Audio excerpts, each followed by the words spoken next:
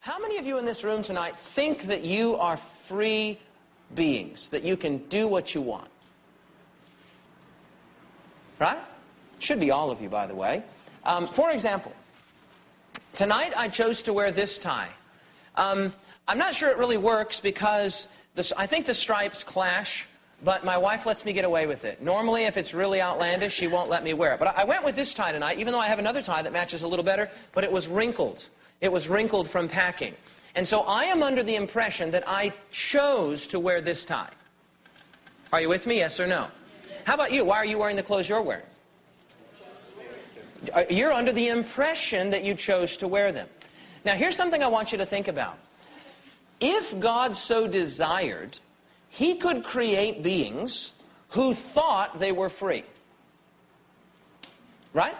God could make it seem as though you were free. He could create it so that everyone here thought. Right now, He could create the illusion that we're free.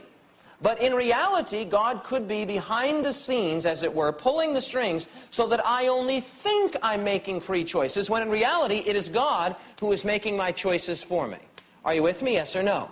And this would be great. We wouldn't know the difference. I would still fall in love with my wife. She would still fall in love with me. We would think that we made the decision today to go to the Cape, and we would think that we made the decision to come to Nova Scotia, and you would think that you made the decision to sit in the front row. And we would all have the illusion that we are actually free. But there would be one being in the universe who would know that the whole thing was a sham, that we really weren't free. And who would that one being be? God. Now, God chose not to create this kind of universe, I think, for obvious reasons. What good is it to create something that has the illusion of loving you, but doesn't really have a choice? Are you with me, yes or no?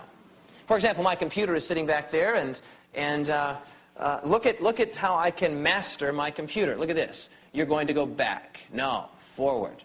No, back. No, you're going to go forward now. In fact, you're going to go forward twice. Look at that. Whew, how about 3 times? Look, I'm in complete control of my computer, right? I can do whatever I want with this thing. Look at that. Boom, boom, boom, back and forth. Now, how do I feel about the control that I exhibit over my computer? Does it make me feel strong? Does it make me feel manly? Does it? Why is it not special that my computer is obeying me? Because it doesn't have a choice. If I wanted to, there are machinists and computer programmers and others who could program this computer to be so sophisticated that it would tell me that it loves me in a very convincing way and at all the appropriate times. But how would I feel about my computer's love? Am I thrilled about it? How do I feel about my computer's obedience? Am I thrilled about it? Well, actually, I'm happy that it obeys. But we need to understand something here. God could have created beings who were not free.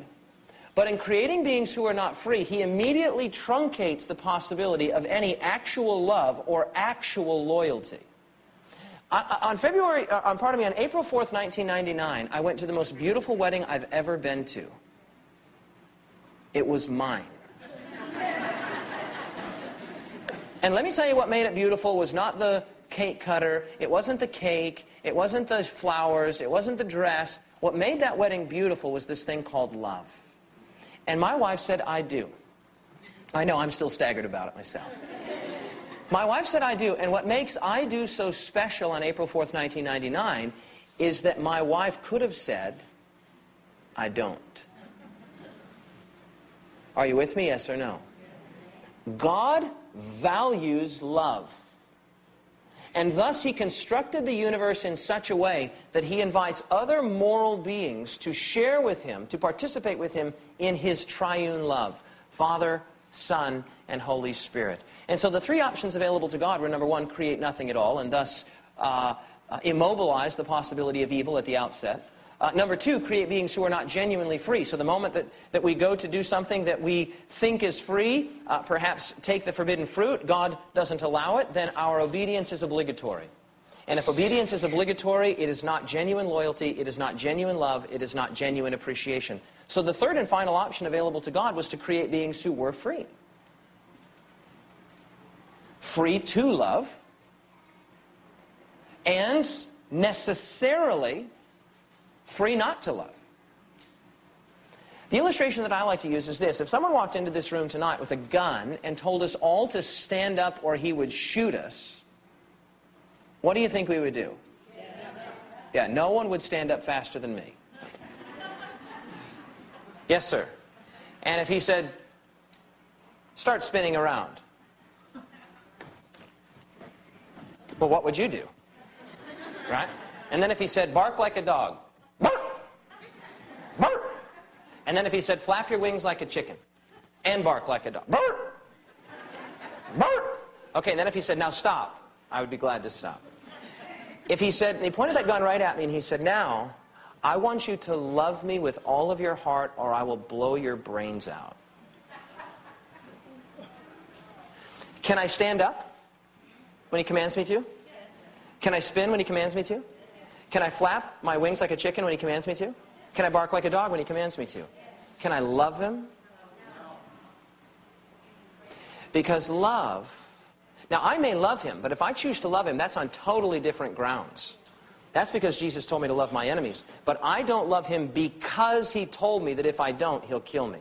Love cannot be commanded. Love cannot be coerced. Love cannot be forced. In fact, we have a very ugly word in the English language for forced love, for forced intimacy, and that word is rape. God is not a kind of divine rapist. He is not forcing himself on people. Love cannot be commanded. Love cannot be caused. Love cannot be compelled. Are we together, everyone? Yes or no?